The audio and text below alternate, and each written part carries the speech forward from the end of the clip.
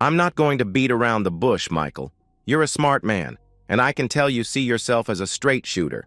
So, I'm going to shoot straight with you, my wife's boss said, sipping a neat glass of expensive scotch just after our wives had excused themselves from the table to powder their noses. I stared at the man. I disliked him immensely. He came across to me as an arrogant, self-absorbed blowhard. He dressed in a flashy, Italian-made suit that I would never be able to afford on my salary as an investigative journalist for the local newspaper. I didn't know what he had on his mind, but I was curious, so I let him keep talking. He'd had this smirk on his face that seemed to say, "I'm better than you, and I know things you don't." "All right," I told him, as I removed my hand from my pants pocket to sip my glass of much cheaper bourbon. "Shoot away." The smirk got even more irritating. I hadn't wanted to confront someone in many years. The smirk on his face was rapidly bringing the desire to express my frustration to the top of the list of things I felt like doing at the moment. "I'm going to have an affair with your wife," he said with absolute confidence. Well, that wasn't what I was expecting him to say. I mean, I had known for some time that was his goal. I had warned Debbie several times that I thought her boss had sinister motives, but she told me I was nuts. To hear him put his desires into words so directly, so blatantly, was a surprise. He was an arrogant individual, and now I definitely wanted to confront him and wipe off that lingering smirk. He paused, letting his words sink in, with the smirk still in place. He seemed to be enjoying himself. I took a deep breath and willed myself not to react. I could tell he wanted me to be shocked or angry, to protest, or make a scene so that he could humiliate me more than he already had. Years of playing garage poker had given me the ability to keep my feelings well hidden. He was watching me closely, as if he were trying to detect a tell, some nervous tick that he was getting under my skin. Instead of reacting the way he expected, I grinned. "Oh, really?" I asked. "You sound pretty sure of yourself." "I'm always sure of myself, Michael," he said, grinning back at me. I had never seen someone grin and smirk at the same time, but this guy just did. "I'm going to pursue Debbie, as much as I want, whenever I want, and there is nothing you can do to stop it." I felt like a superhero in a comic book facing some costumed arch-villain. You know, the bad guy who is so sure of himself that he has to give a speech revealing his dark plan so he can rub it in the good guy's face and reveal a false sense of superiority. I read a lot of comics as a kid. Okay, I admit, I still read them as a grown man. All those long-winded individuals were narcissists with bloated egos and a strong sense of entitlement, just like this individual sitting across the table from me. "You can try to stop it from happening," he went on with his discourse. "But it is inevitable at this point. You're in a no-win situation. You're playing in a game you don't understand against a master player. If you try to warn her, she won't believe you. The more you protest and pull her away from me, the harder she will resist and the faster she will be in my bed." I felt my anger rising higher and had to focus my breathing to keep my face from turning bright red. I could not believe the unmitigated audacity of this individual. I've disliked people like him my whole life. Bullies, spoiled little rich kids. For him to speak so confidently about Debbie letting him pursue her was nauseating. I couldn't imagine her ever being unfaithful, and certainly not with this individual. Then again, stranger things have happened. Pocket aces don't always win. You're damned if you do and damned if you don't. Do nothing, and I will pursue her and claim her as mine. She most likely would hide it from you, trying to protect your feelings and maintain your marriage while being unfaithful behind your back. Fight the inevitable, and she will turn against you. And not only will I pursue her, but you'll lose her completely. Fight me, and I'll destroy your lives after I've pursued her anyway." I was seething on the inside. My left hand was resting on the table, but my right was on my lap, hidden from his view. I was clenching it in a tight fist, ready to lash out. "Did you practice this speech just for me, or have you given it to a bunch of other poor individuals before me?" I asked, continuing to grin. I saw a slight twitch in his left eye. I wasn't reacting the way he wanted, and he was getting irritated. That was a tell. I had struck a nerve. Your wife is enamored with me. She respects me. Hell, she may even be falling in love with me. She's practically given herself to me already. I could have pursued her by now, but I'm playing the slow game. I want to be certain that when I make my move, she will submit completely to me. Why her? I asked. Well, it certainly is not because of her looks. She's not what anyone would call attractive. She's far beneath my normal standards. I've improved her, of course, getting her to wear appealing clothes to the office for me, sending her to the best stylist in town and hiring her a personal trainer. I had wondered how we were paying for all of that. My wife had told me it was a benefit given to all of the executives at her level. I also struggled with understanding why he wanted to pursue my wife if he didn't find her attractive. I could have far younger and more appealing women if I wanted them, he explained. But that's boring after a while. It's purely a dominance thing. I get satisfaction from taking happily married women, in love with their husbands, and getting them to betray their spouses and submit themselves, willingly, to me. That's far more satisfying than pursuing an airheaded individual. And why are you telling me this? I asked, my voice even and emotionless. I want you to know, in absolute clarity, what is going to happen and what your wife is going to be doing. I want you to wonder every night when she comes home if I've pursued her. I want you to lose your dignity, letting me pursue her and doing nothing. This individual was seriously problematic. Oh, I know that Debbie never lets you do certain things, he said, gloating. She told me. She won't deny me that pleasure, I can assure you. I swallowed hard. You said the others, I said, trying to get my emotions under control. So, you have done this to other employees? Their husbands just let you pursue their wives? He laughed. I've pursued every woman on my staff, and their husbands all knew about it.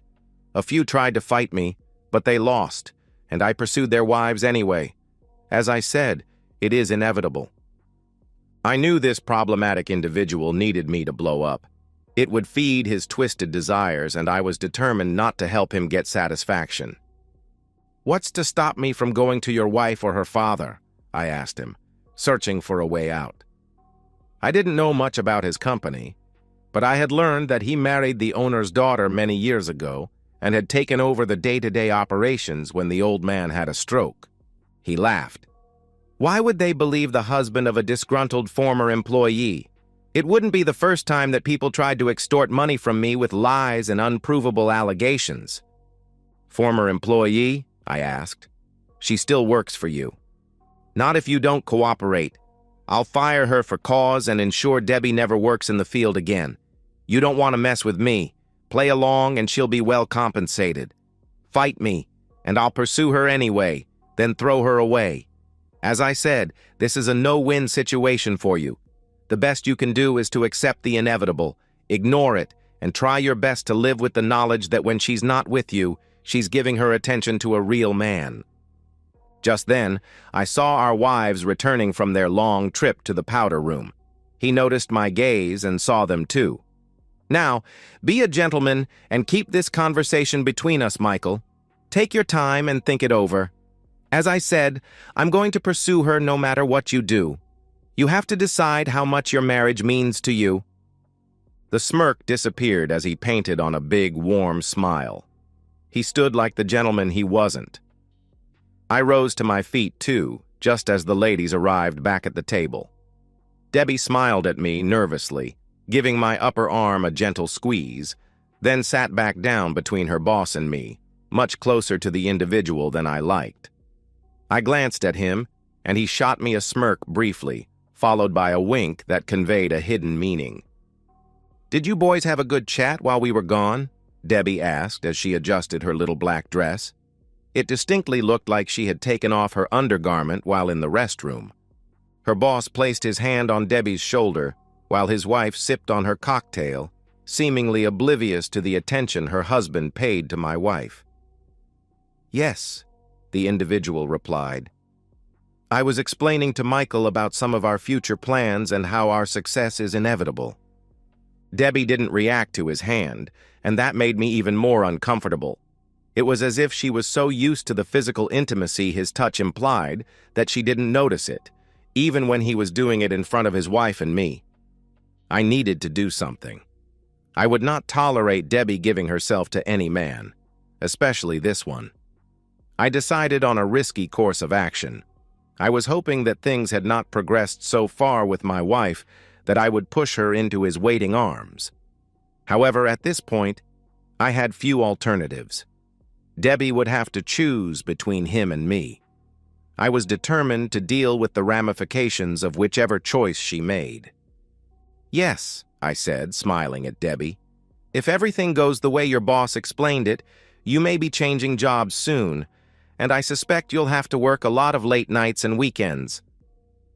Debbie glanced at her boss and then back at me with a puzzled expression.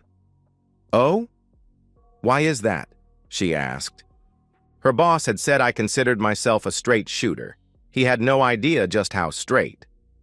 When he hesitated to respond, I plunged forward into the icy water. "Well, it sounds like you will have to be spending more time with him because he's going to turn you into a paid companion when he starts pursuing you."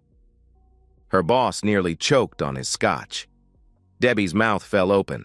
Her boss's wife gasped. "What did you say?" Her boss dropped his hand from Debbie's shoulder and sputtered out a protest. "How dare you say such a thing?" "Well, I'm just repeating what you said 5 minutes ago," I told him. "You said you are going to pursue my wife, and there's nothing I can do to stop it. You said you would pursue her just like you've pursued every other woman on your staff, and that if I protested, you would pursue her anyway, then fire her." "Michael!" Debbie shouted. "What are you doing?" Her boss jumped to his feet. "You son of a gun!" he yelled. "How dare you? I've been nothing but a gentleman to your wife. What kind of game are you playing?" He glared at Debbie with feigned indignation. Debbie was staring at me in shock like I had lost my mind. "Debbie, I would never lie to you or do anything to hurt you. This is precisely what I had warned you this individual was trying to do. You can either leave with me now or stay here with this individual. If you choose to stay, then he's right, and you are his companion. If so, don't bother coming home. I won't tolerate this." "Michael, this is crazy," Debbie exclaimed. "It's not like that at all." "You should leave, Michael," her boss declared. "Debbie doesn't deserve to be treated like this. You're jealous of her success and trying to ruin her career." Everything seemed to freeze as if time were standing still. Nobody moved. Nobody spoke. I pulled my hand out of my pocket, clutching the digital voice recorder that I carried with me at all times.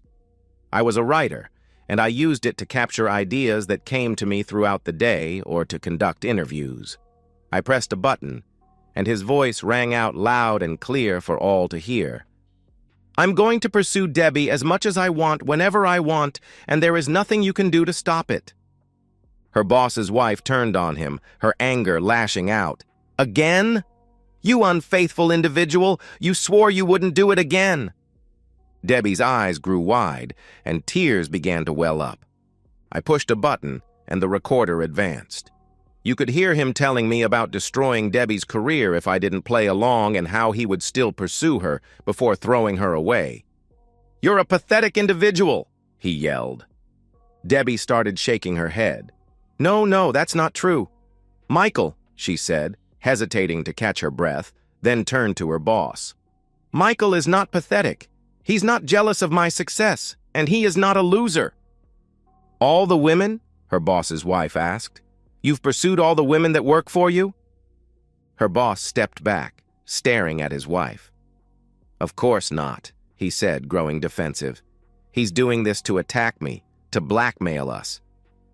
"You're an individual," his wife yelled. "When I tell Daddy, you're finished." She grabbed her purse and stormed out of the restaurant. "I thought you respected me for my work," Debbie snarled. "You terrible person. That's why you've made me work alone with you all those evenings.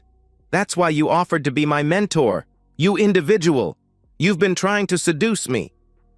Debbie grabbed her wine glass and threw the contents into her boss's face, showering him in dark red. "I quit," she yelled, then stomped away, grabbing my hand. "Let's get out of here before I become ill." "Sure, baby," I said, then turned back one last time and met her boss's gaze. He glared at me furiously. "How's that for straight shooting?" I asked as I returned the same smirk he'd been giving me all evening. 6 months later, life had taken some unexpected turns. Debbie had landed a job with a progressive marketing firm that valued her skills and respected her boundaries. She'd been promoted twice since leaving her previous job, and her new boss was nothing like the predatory individual from her past. I continued my work as an investigative journalist, and the story of her former boss's systematic workplace harassment eventually became more than just our personal victory. The recordings I'd made that night became key evidence in a larger investigation. It turns out, his pattern of manipulation and inappropriate behavior wasn't just an isolated incident. Several women from his company came forward, emboldened by Debbie's courage. His wife had filed for divorce, taking a significant portion of the company's assets. Her father, once a powerful business owner, was furious about the scandal that had tarnished the family's reputation. The company's board of directors conducted a thorough investigation, and her boss was not just fired, he was completely removed from the industry. Some nights, Debbie would look at me and shake her head. "I can't believe I didn't see it before," she'd say. And I'd remind her that predators like him were masters of manipulation, designed to make their targets doubt themselves. Our marriage, which could have easily crumbled under such pressure, had instead become stronger. We'd learned to communicate more openly, to trust each other's instincts, and to stand united against those who would try to undermine us. As for me, I kept the digital recorder. Not as a weapon, but as a reminder that sometimes being a straight shooter isn't just about confrontation. It's about protecting those you love and standing up for what's right. The comic book heroes I'd loved as a kid would have been proud. And that's the end of today's story. If you enjoyed it, please give this video a thumbs up and drop a comment below. Your support helps the algorithm push my content further. If you're new to the channel, don't forget to hit that subscribe button. It really helps me keep creating more stories for you. Thanks for watching, and I'll see you in the next one.